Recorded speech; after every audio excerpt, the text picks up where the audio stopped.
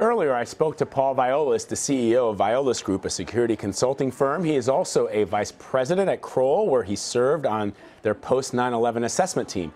He's also a former supervisor of New York County's District Attorney's Criminal Court Unit. The director of the FBI does not have to ask his boss, the Attorney General, whether to do what he did or not. And I know it's alleged that he ran it by her and that the AG said not to do it.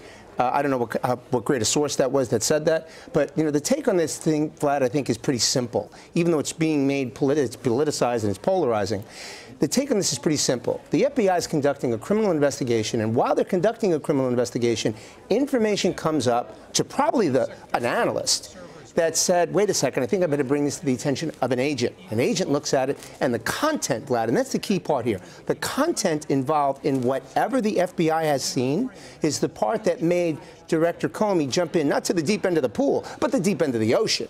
He's a smart guy. He's a brilliant prosecutor.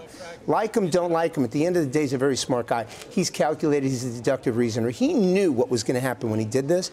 My take on this, after all my years in this, is the fact that he testified in front of Congress. He told Congress the investigation is closed, but if other information comes up, I'll advise the committee. I'm sure he grappled with it, but at the end of the day, I got to say he did what he needed to do to make sure that, as part of testimony, he kept in line with that and then went back to Congress, tough decision to say, okay, look, we found information that we need to pursue to legitimize. That's what he said, right? A lot of people are hanging on that dangling participle out there that says, but you know what, we don't know if it's significant. Right. Vlad, I will tell you, the real take on this is there is no question that the contents of the emails that he's read is compelling. There's no question about that. The significant take on this is whether or not they can prove that it actually came from Mrs. Clinton's server. I mean, you and I know, and our viewers know, that how many of us have received emails from people that we think we know who they are, right, and names that aren't them.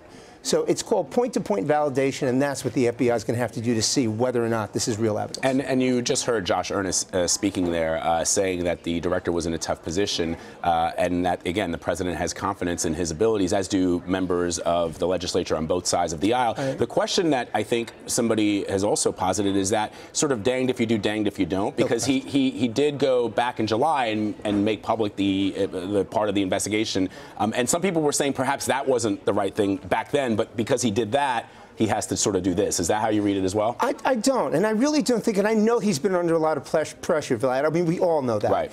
But he didn't cave under pressure, and he didn't go rogue. He looked at this, he analyzed it, and said, what are my options? And my options are A, he knows he was at the time 11 days in front of the election.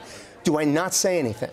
Now, God forbid, if he does that, right, from a prosecutorial standpoint, if he does that and we fast forward to February and he's faced with prima facie evidence that shows criminal charges must be filed, the first question people are going to have, Vlad, is what?